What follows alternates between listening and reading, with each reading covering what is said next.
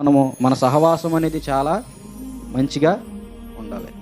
మన సహవాసం మంచిగా లేకపోతే మనము నాశనంలోనికి వెళ్ళిపోయే అవకాశాలు అనేవి ఉంటాయి.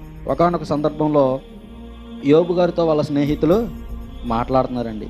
పాపం ఆయన చాలా కాన్ఫిడెంట్గా ఉన్నాడు. నేను ఏ తప్పు చేయలేదు, నేను చాలా మంచివాడిని, దేవునికి నిర్దోషిగా ఉన్నవాడిని అని ఆయన అంత కాన్ఫిడెంట్గా ఉంటే వీళ్ళ ముగ్గురు స్నేహితులు వచ్చి ఆయనకున్న కాన్ఫిడెన్స్ని చంపేస్తున్నారండి.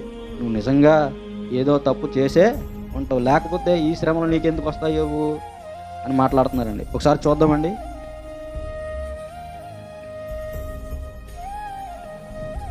నీ భక్తి నీకు ధైర్యము పుట్టింపదా? నీ యథార్థ ప్రవర్తన నీ నిరీక్షణకు ఆధారం కాదా? జ్ఞాపకం చేసుకును, నిరపరాధి అయిన ఒకడు ఎప్పుడైనా నశించు.